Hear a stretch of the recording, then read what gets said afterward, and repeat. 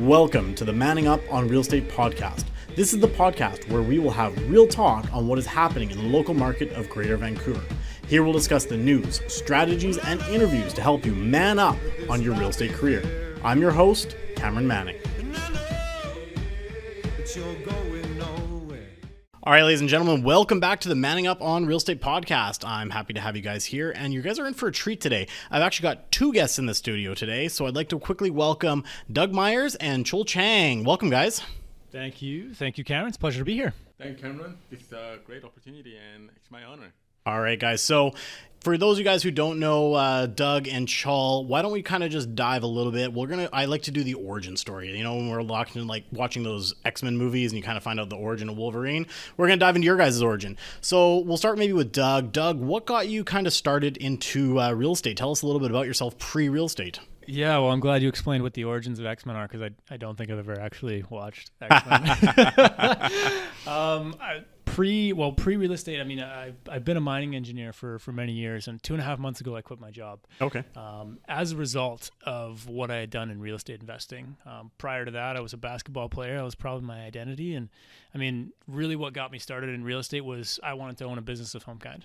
And I realized that I could build wealth, I could create cash flow, and I could really help people through real estate. It was a passion of mine, and so I got into it, and now we're here where we can share our stories with other people and be on shows like this. So that's excellent. Fantastic. So starting in the mining industry, how was the mining industry there? Like, was it what kind of drew you to going from basketball to the mining industry? Yeah, that's an interesting question. Like sports to like diving deep down into under the ground. Yeah, well, I mean, to get as deep and honest as I can, really immediately. I did it because that's what other people around me were doing. I saw an opportunity to make good money out of school. I saw a lifestyle that I really wanted, and I didn't really know what my identity was outside of basketball. And so I didn't take the time to really think about what I wanted. I just saw what somebody else was doing and somebody else's example. And, my brother, he's the example, very successful at it and was doing really well. And I just thought, this seems like a good path. I've got the mind for it. I've got that engineer kind of logical brain, and this could work. This could work for me. But I didn't put much thought into it, and I think that's probably why I was really incongruent with it through the whole process. And so, how long were you doing the mining stuff then? This was 5 years of school with co-ops and everything like that, and then out of school it was about 4 years of full-time work. Okay, excellent. And then something shifted in you, and you decided to start investing in real estate. Now, I think I was reading a little bit beforehand. You actually got started investing pretty young, at about 21 years old, right? So before you were fully into the mining industry. So what led you down to the path to buying that first property? Yeah, that's an interesting story. I used to work as a door-to-door salesman. Oh, really? Yeah, and within that company, we were always talking about, okay, well, what are you going to do with your money? And so I got to the point where I was quite good at door-to-door sales, and I was always in the top van with the other top guys. And when you're in the top van with the top guys, you got the top manager. And the top manager is always talking about, okay, well, yeah, what are we going to do with our money after this? And this is back in 2009, 2010, when the foreclosures were going on in the States. Right. So he went down, and they had more money than we did at the time. They were just a little bit older, and so they bought some foreclosure properties. And I just thought, when I get the opportunity to do it, I 100% am going to be into real estate. And that was really what triggered the interest. Right. And then when the opportunity came up a couple of years later, I had the money to do it. I was able to make it happen. Excellent. So let's go back, into that first property then. What was your first investment property? Yeah, I bought a duplex in Prince George. Prince George. Yeah, up-down duplex, 3 bedrooms, 1 bathroom for both units, it's both units, and cost me $226,000 at the time. $226,000. Yep, and don't see that too often anymore. No, not in BC, at least. Not anymore. It wasn't a pretty property, but it checked all the boxes. And for a guy that didn't actually know much about real estate investing, when I started actually educating myself and starting to sit in some of the rooms that I've become a part of, whether it's through Rain or Keyspire, I kind of had to pat myself on the back. I was like, oh, nice. I did a lot of the things right. Buying in good areas, having the right kind of tenant profile that you want, and running the numbers, the cash flow, all the things that a lot of people miss, whether it's insurance, maintenance costs, vacancies, property management, for example. ran all those numbers, put that by, and found a creative way to finance the deal, and that was the first one. I mean, and so, and because you got that kind of engineering background, I guess the numbers they came more natural, I guess, to you running those numbers, because engineering is a lot of numbers crunching anyways, right? So sure, I'm sure Chul can agree with this, man. There's it's a lot easier than calculus. Oh, I bet. Real estate's a lot easier than that, and so yeah, it did kind of come. But business is business at the end of the day. If your revenues are above your expenses, then you're turning a profit. Well, it sounds like you weren't really emotional about it either. That's the key too. I think a lot of people get in and they get burned on their first one because they want to be in a place, right? They want to own something, and then they don't look at those numbers. Sounds like you took the time and said, okay, well, this is the logical way of looking at this, and locked that first one down. Sure. And I mean, my friends and people that I was associated with at the time, they thought I was crazy. They're like, why are you buying a property in Prince George? You're a student. You're going to UBC. Like, you're never going to live there, are you? And I said, well, no, I don't have to. I've got tenants. They're paying down a mortgage. While you guys are worried about spending $200 on a Tuesday at the bar, because, Chul will know what that's talking about, the engineering lifestyle. I was saving that money so that I could put it towards something. And, yeah. I can kind of relate on that, like the bar story there. I mean, I grew up in Alberta too, and most people, they might not go into engineering, but they go straight up to the rigs, right? And they start making that good money, right? So, yeah, absolutely. Same thing. I'd have the friends come down. They're like, hey, are you in town? I'm like, yeah, of course I'm in town. Like, I'm always in town, but I'm just buying real estate. And let's go out for drinks, right? You go out for drinks, they got 10, 20 grand coming back down, and they'd blow it that night at the casino or something like that. And it just like blew my mind. I'm like, are you serious? Like, why don't you give me some of that money and let's go buy another property? Like, yeah, totally. Right. Right. So we definitely, it sounds like we're similar in that regard, where we just kind of stood out from the crowd and went that route with the investing versus just party. Yeah. It's what's your priority? What's your intention? Why do you want to do this? Exactly. Right. And if your intention is to set yourself up financially for a future, whether you're a young guy or you're just starting off and you are seeing that you need to make a change for your retirement, like, it's just, what are you going to put your focus on and energy on? And I made a decision at quite an early stage to say, I don't want to be a part of that scene. I want to take care of myself. I want to take care of my family in the future. And this is how I'm going to do it. So. Absolutely.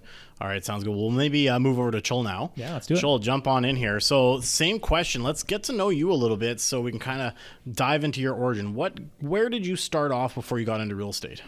So just like Doug, I got into engineering. That I got into mechanical engineering. So, that was in Montreal. So I didn't even know how to say bonjour. But I actually flew to Montreal and started my engineering. And I was making progress in getting my degree. And I had to go back to, I guess, my home country and serve 2 years in the Army. I actually served as the gunner on the helicopter. Oh, wow. And when I came back, I had 1 year left in my program. And, of course, all my friends were gone. And I was like this, only lonely guy. Oh, no. And none of the classmates didn't really recognize me because I just came back after serving 2 years in the Army, right? Right. So I started to wonder, okay, I can finish my engineering degree like I intended to. But then what now? Because when I actually took off for 2 years to serve, I guess, in the Army, it was 2009, and there was the economic crisis, right? Right. So a lot of people couldn't get their jobs, and all the graduates from engineering, they actually were trying to move on to graduate school instead of going out and finding the jobs. Getting the jobs. So they're perpetually staying in school because that was the only option. Yeah, but then, at one point, school's not going to really pay them any money. And I actually found out that, depending on when you actually graduate, you could actually end up being in this vicious cycle of trying to get a job. You cannot go back to school. Maybe you become a PhD. If you're lucky enough, you can, find something or start something. But, there wasn't really a clear answer. Mm-hmm. So, of course, I didn't really have an answer to myself. So I moved forward and got a job, and it was in Fort McMurray, just right before the oil market crashed.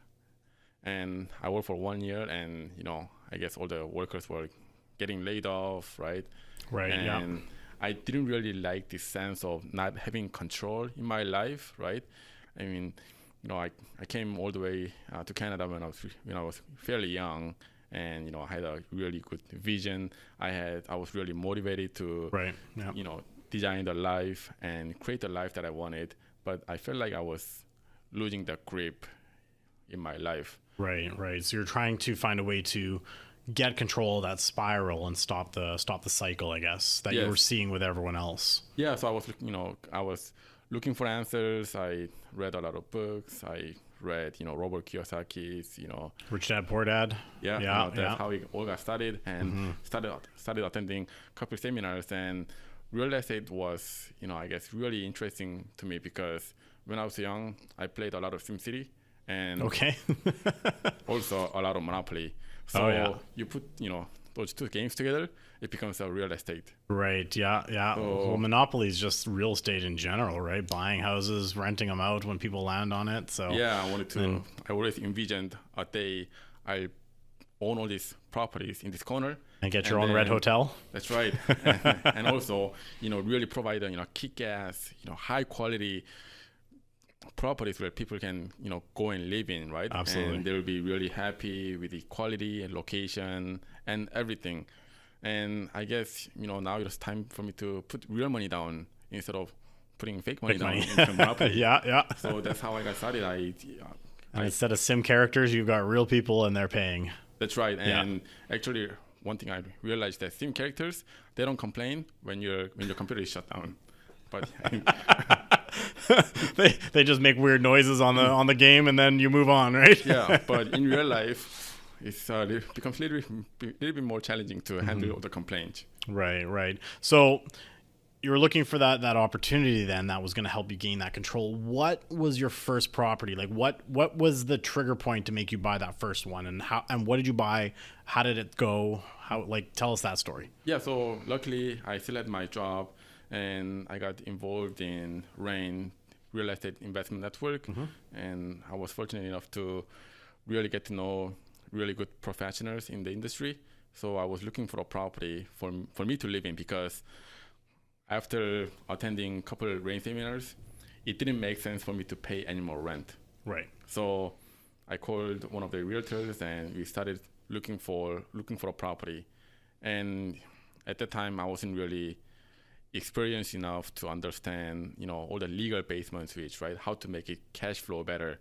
So I got into a property that was a half duplex, and this is actually just off of Anthony Henday on the southeast side of Edmonton. Okay. Yeah. And yeah, this one is actually breaking even. It's not cash flowing, but it's breaking even, and tenants are really happy. And I'm looking for a way to do a rent-to-own arrangement with my tenants. So starting with kind of a rent-to-own strategy then is kind of what you're looking at as your kind of strategy to move you forward with the cash flow and everything like that. Yes. Okay, excellent. And so your first property there, was it a rent-to-own then? No, actually, I bought it. That was my first time buyer's house. So I put just about 10% down. Gotcha. And I bought it. Excellent. So that got you kind of rolling. Now you're building some equity for yourself. You've got that first property. So let's kind of dive back into the two of you guys now together here. So how did you guys meet? What kind of led to you guys starting to work together here? Yeah, so we're connected through. We met through RAIN, right? Of course, as RAIN members, and then we got involved in a company called Legacy. And at the time, the conversation around Legacy was real estate investment advising. And so it was really trying to connect with people and coach people through real estate investments.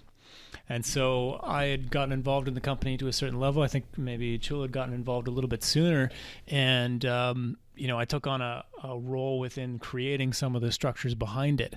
And so Chul was, taking action on building that up. He wanted to start coaching people. He wanted to really be involved in that. And so him and I kind of established a relationship there. And, now we're here together and, we're about to do this event for what you guys are doing. And we really look forward to, bringing more value in the partnerships that Legacy has and now, real estate. Now, correct me if I'm wrong, but you live locally out here in BC. I do, yeah. And then obviously you're out in Edmonton right now. So what was like, how did you guys connect? So obviously it was through Legacy, but what was the meeting point that we were like, man, I want to work with this guy? Well, me as a really curious person, I'm always looking for answers. So even I was looking for answers on the opportunities and services that Legacy was providing. Right. So Doug was the contact person, and Okay. I did actually come across his podcast, and I listened to all the things that he actually accomplished in his life, and all these actions that he was taking on. So I think after listening to it, we sort of created this bond, this relationship, and we saw a common ground that we could work together. So yeah, we are, since then it has not been that long, but we are making it work and see what other opportunities we can create together. Absolutely. And so are you guys now doing a lot of investments together then as well, or like building the partnership? Is it mostly on the Legacy side with the education? Yeah, at this point, it's just on the Legacy side with education. I mean, for myself personally, this is really about building relationships with people that want to invest in real estate, with the context of creating a great financial life for people. Because a lot of people go into real estate investing, myself included, and we're going to share some of these stories in some of the events that we're doing, and they're excited about it. They get on a path, but they're not really sure actually why they're doing it. Right. They might start out with a why, but then at some point they maybe deviate. It changes and maybe they lose track. And I know for myself personally, that's what happened. And so to get back on course was a courageous conversation. And it's a conversation now that I recognize is really important for everybody to have. And, I know that Chul has that same feeling, is that same drive for people, because, events happen in your life that are going to define or they're going to dispose of what you're doing. Yeah. And so if you have a strong why, you have a strong intention, you're looking at it from that aspect of, why am I really doing this?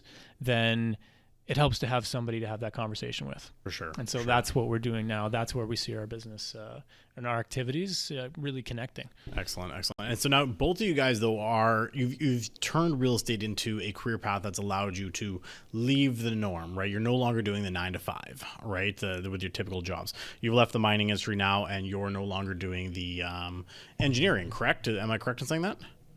I am still actually practicing engineering to this point. Okay. So far. So you're still working a full-time job, but Doug, you're now full-time in real estate. Yeah, I'll hesitate on the full-time in real estate thing. I have many interests. Certainly, the podcast is one of them. Coaching and consulting with people is another. But I mean, I'm out of a job. I am by means financially free to make those decisions. Exactly. Yeah. So So you've used real estate to now choose the life you want. Absolutely. 100%. Okay. That's awesome. So when you guys are working now with the students that you guys are, you're coaching students and everything, what's kind of let's kind of dive a little bit into that kind of work. Cause obviously someone listening to this podcast, we want to inspire them to maybe look into this as an option. So what's the one kind of starting point that you're working with the students to get them motivated to learn more and create? Now you kind of touched on a little bit about the why, I guess, but maybe kind of dive a little deeper. What's the starting point to help people realize the opportunity that investing has? Yeah, I think for me is the most powerful thing that we have is our own story. We all have a different story, and to be able to powerfully express it with people in a way that actually moves them into action. Yeah. And so that's the starting point, really, is being vulnerable, being open, and to share the trials and tribulations and also the celebrations that I've gone through first. That's step number one. But from there, that opens up the connective tissue for that student to come in and say, hey, this person has the results that I'm looking for, or they've gone through the things that I think I may have to go through. Yeah. Okay, I can see myself potentially learning from them. And now you're relatable too, because you're human. You're not just someone who's had this massive success. You've shown how you've developed it. And so from there, though, and it goes back to something that we talked about right away, it is really determining, well, why do you want to be involved in real estate? Yeah. Where are you at right now, right? And then where do you want to go? And within those two things is determining, okay, why do you want to do that? Yeah. And so the conversation starts there. And with those answers, where you're at, an honest assessment of where you're at, an honest assessment of where you want to go, and then why you want to do it, from there, then we can talk about the plan of how that's going to actually happen. Yeah. So that's where it starts for me. What about you, Chul? Yeah, so I have worked with some clients, as young as 19 years old. That's awesome. And all the way to 50 years old. And when I talk to younger people, especially this 19-year-old, when I ask, why do you want to get into real estate?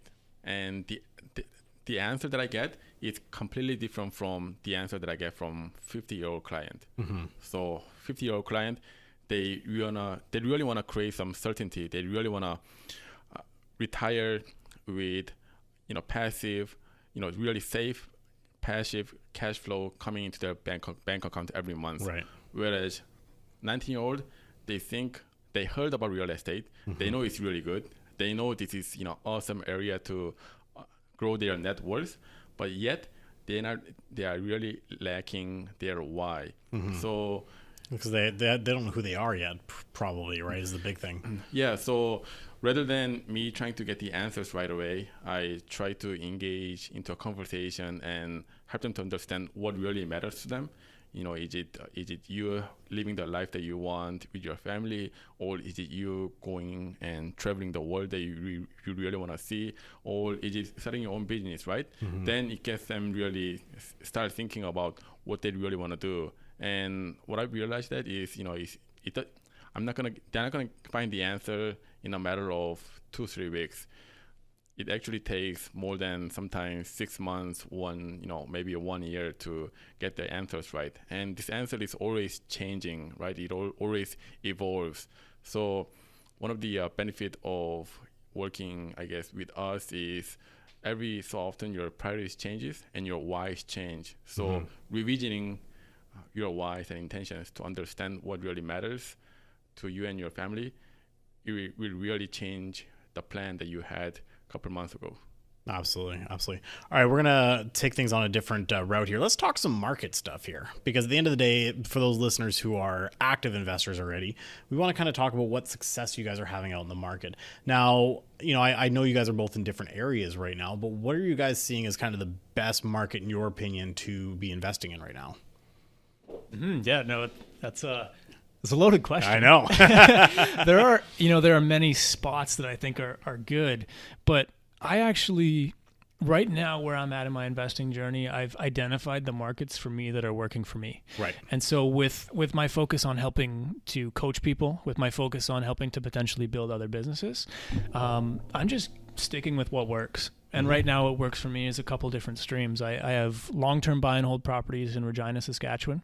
I also have flips that I do in Regina with a partner there. So we're creating both an active income stream by doing the flipping and a long-term buy and hold wealth building stream with the rental properties. Similarly, I'm keen on my properties in Calgary. If opportunities were to continue to come along in that city, I continue to grow. And then the other city that I'm invested in, have been since the beginning, is Prince George. And a lot of people don't talk about it. Mm-hmm. It's one of the most affordable cities in British Columbia, and you can still get really good returns there for prices that pale in comparison to Vancouver. Mm-hmm.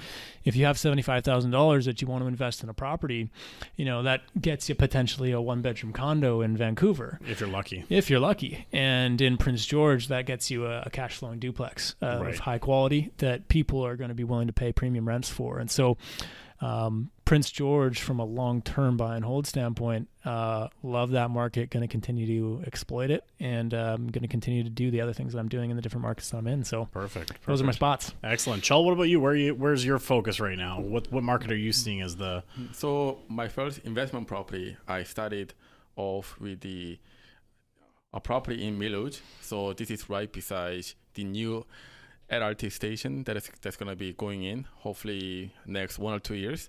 The construction has already started, and I already saw all the concrete foundation being finished along the lines from all the way from the Edmonton downtown all the way to Miluj town center.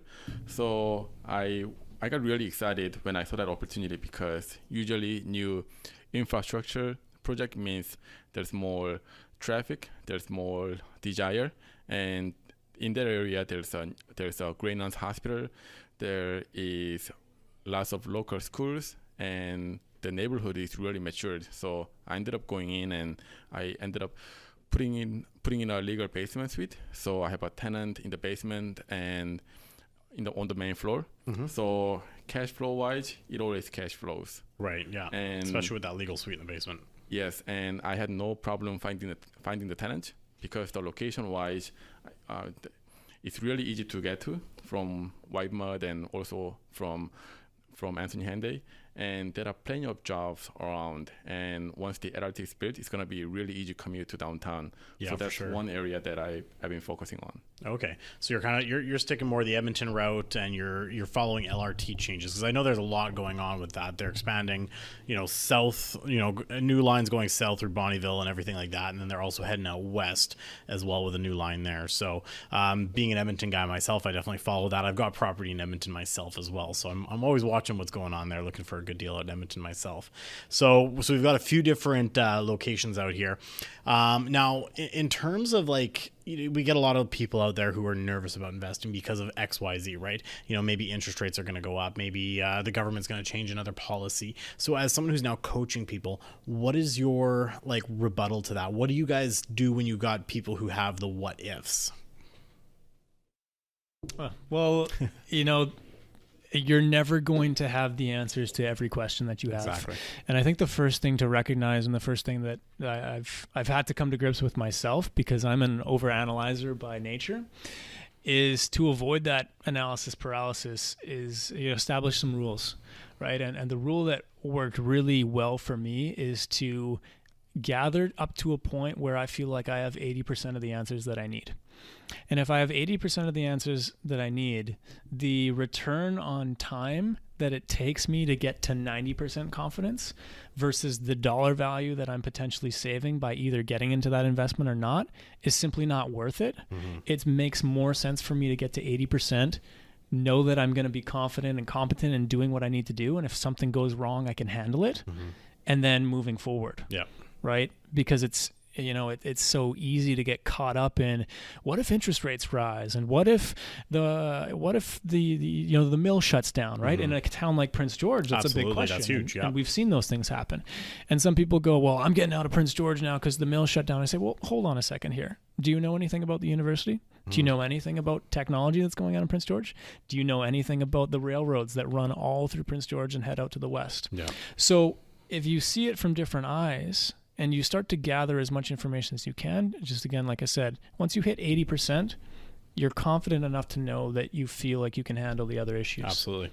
And I mean, at the end of the day, that research is really just looking at the fundamentals, right? If the fundamentals are there, then who cares what interest rates are doing, right? Because the city itself is going to be likely a good investment in the long run. Interest rates are whatever. It's just an extra cost of doing business. You just got to make sure that the fundamentals will keep those properties rented and rents potentially continue to rise, right? And that really just comes down to a little bit of diligence on your part. I mean, if you're concerned about interest rates rising, well, get a fixed rate interest mortgage. Yeah, right. Lock it in. Lock it in for 5 years. You know what you're going to pay, and then you can kind of reevaluate in 5 years. Well, if interest rates rise and this property doesn't make sense anymore, maybe I sell it. Yeah, cash it in. Right. Yeah, so move elsewhere.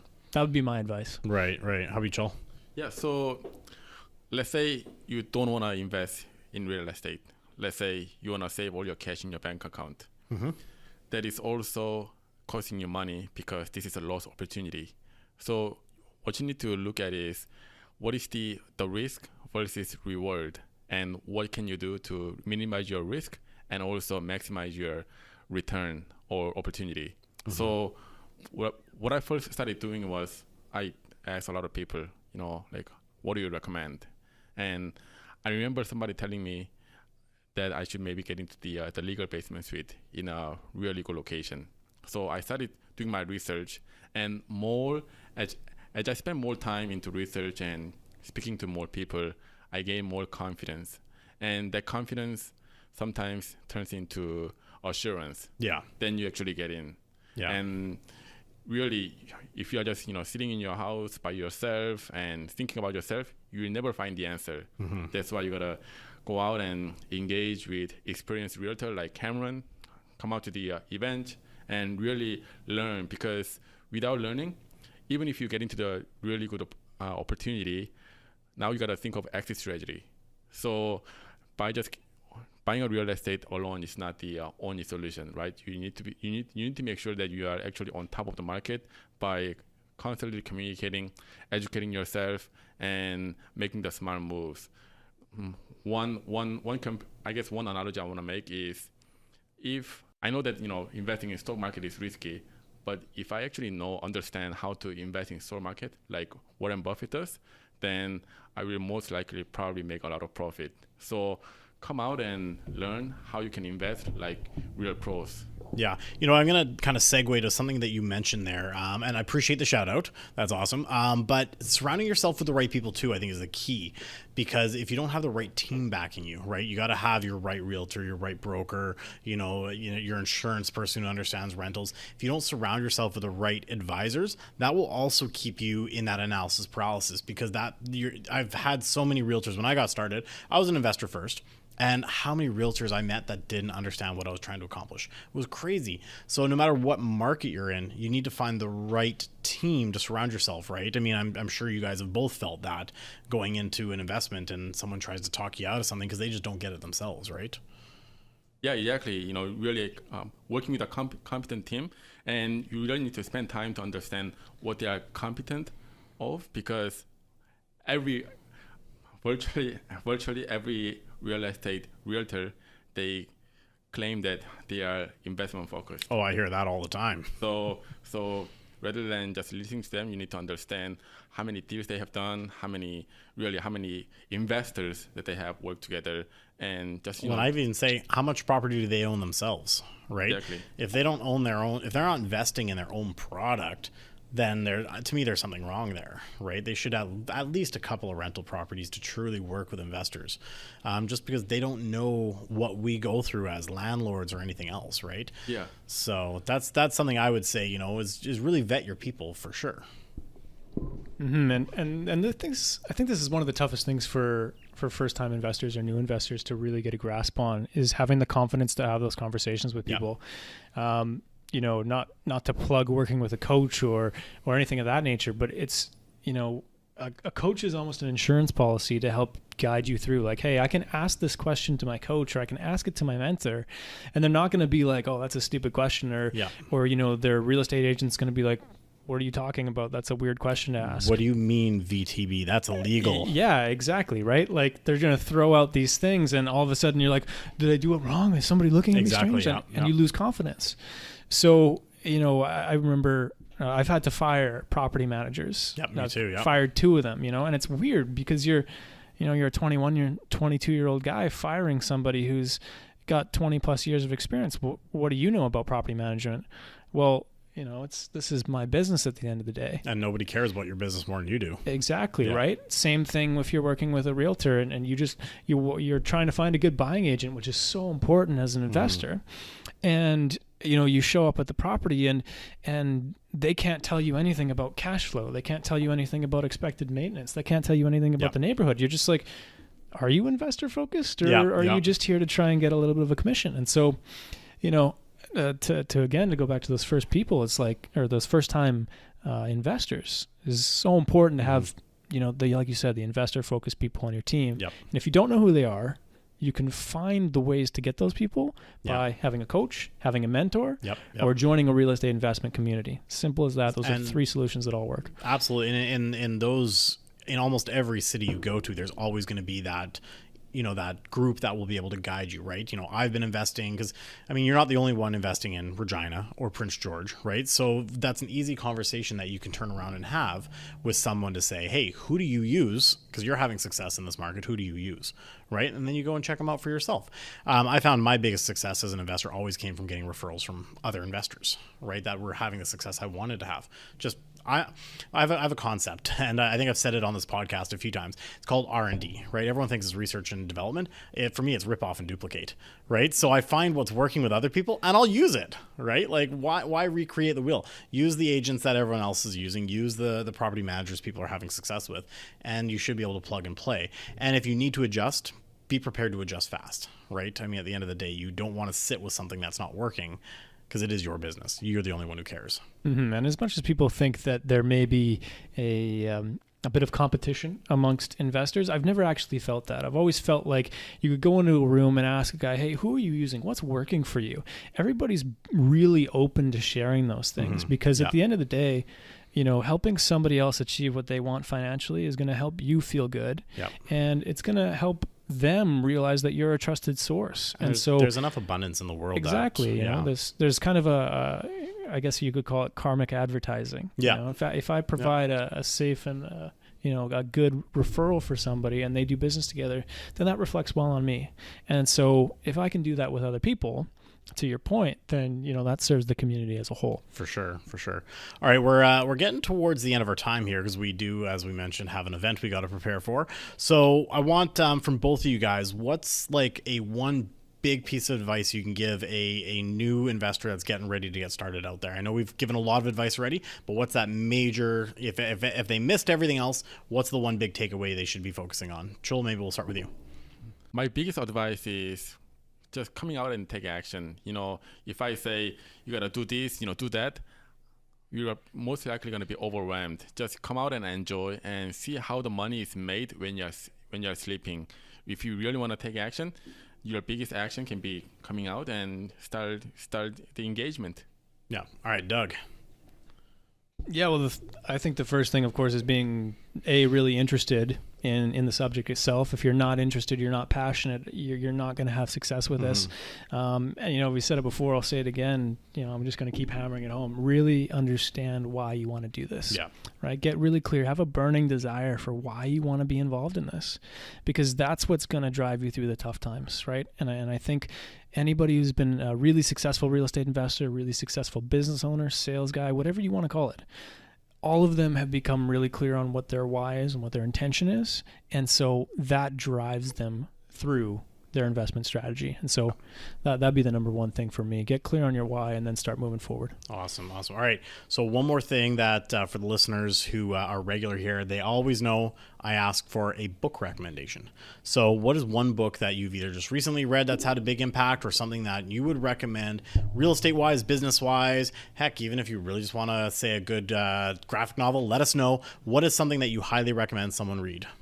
So I'm actually right now reading this book from Grant Cardone, and it's The Closer's Survival Guide. Closer's Survival Guide by Grant Cardone. Yes, actually this book, out of all the sales book or marketing books that I read, this seems to be most effective on selling, because selling is not only about selling your service, right, or your product. Selling can be accomplishing anything that you want to do in your life. Getting a promotion, that is selling yourself. Getting the job you want, that's selling yourself. And going out and buying the property that you want, that's also selling yourself as a buyer. So check this book out. This is actually really interesting, and I would recommend this book out to everyone. Okay, excellent. So that was The Closer's Survival Guide by Grant Cardone. And Doug, what's your book recommendation? Yeah, I'm going to have to give a shout out to Robin Sharma's 5 a.m. Club. I'm doing it out of accountability for myself in some aspects. This is honestly one of the greatest habits you can get into is waking up really early. Yeah. Gives you the time and space to handle your own business before the rest of the world gets up. I think I may have even recommended it for Chul to start doing. Yeah. And I know he's been doing it. He probably does it a lot better than I do. But, just the impact of one habit trickling over into all the other habits that you have in your life. I haven't found one that's been more effective than the 5 a.m. Club. It's a really well-written book. It's not, the typical nonfiction because it's done in a story way, but you can pick up the tactics, pick up the habits, the routines that you need to build in. Robin Sharma's pretty good at that too, making it like an educational story, which is nice. Yeah, he's a great storyteller, and so it really helps drive home all the concepts that he's talking about and make it entertaining for the reader. So highly recommend it. Excellent. So that's two great recommendations, guys. So go and check them out. You can either check them out by a book, or I'm a big fan of audiobooks, right? I mean, that's a great way that you can be driving, checking out properties, listening to an audiobook. So we've got The Closer Survival Guide, Grant Cardone, and the 5 a.m. Club by Robin Sharma. All right, guys. And lastly, I want to make sure that we provide some value back to you guys, because you guys have provided a lot of value here for the listeners. What is the best way that they can reach you guys so that maybe they can work with you, they can get involved with Legacy or anything like that? What's the best way they can reach you guys? So I have I can be reached on Facebook or my email and also my Instagram. I am trying to really build my online presence on those social media. So feel free to check them out. And recently I opened up my YouTube account. I'm not sure how it's going to go, but I'm going to give it a best and really commit to provide the valuable information to existing investors and anybody who wants to get into real estate. Okay, and what's the handles that they can reach you at to find you? Yeah, it's going to be Chul, CHUL_REIA as Real Estate Investment Advisor. Excellent. Okay, so I'm going to make sure to link it below for you guys as well in the show notes. And Doug, what's the best way they can reach you? Yeah, best way to reach me. I'm most active in this realm on Facebook. The search for that would be Doug Meyers Financial Life Professional. In terms of the real estate side of things, and actually the podcast side of things, I was going to mention that. Yeah, I have a podcast myself. I interview real estate investors and entrepreneurs and visionaries, anybody that wants to have an interesting conversation about getting better. That podcast is called the Grow, Give, Expand podcast. You can also find me on Instagram at Doug W. Meyers, Meyers, and that's where you can find me. Perfect. Okay, so again, I'm going to link all of that below. Make sure you go check out that podcast. Again, just getting to know Doug more, and he's interviewing a ton of people. You've got, I think you mentioned like at least 17 or 18 out right now. Yeah, we've got 11 interviews out, and then there's 6 episodes of me going through the process of quitting my job. So anybody who's interested in finding out a little bit more about that and my story, it exists in those episodes. Excellent. So, and that was the Grow, Give, Expand podcast, right? That's correct. All right, so guys, go check that out. Again, it'll be linked below. That's about all the time we have. So again, thank you guys so much for coming out. I do appreciate you guys. I'm excited for tonight's speech, see what you guys have to deliver, and again, to continue to network more with you guys. Thanks again for all the listeners. If you guys want to connect more with this podcast, you guys can connect with me on social media. You can use the hashtag on both Instagram or Twitter, hashtag ManningUpRE for the Manning Up Real Estate Podcast. And as well, if you want more content, more education, you can check me out on YouTube. That's youtube.com/Cameron Manning. And again, thank you so much for listening, guys. That's all we have for today. I hope to connect with you guys soon. Don't forget, you can also check out the Investors Performance Group if you're local in the Lower Mainland. We'd love to meet you guys in person. Thanks so much, and we'll talk to you soon. Hey now, hey now, hey now, hey now, hey now. What you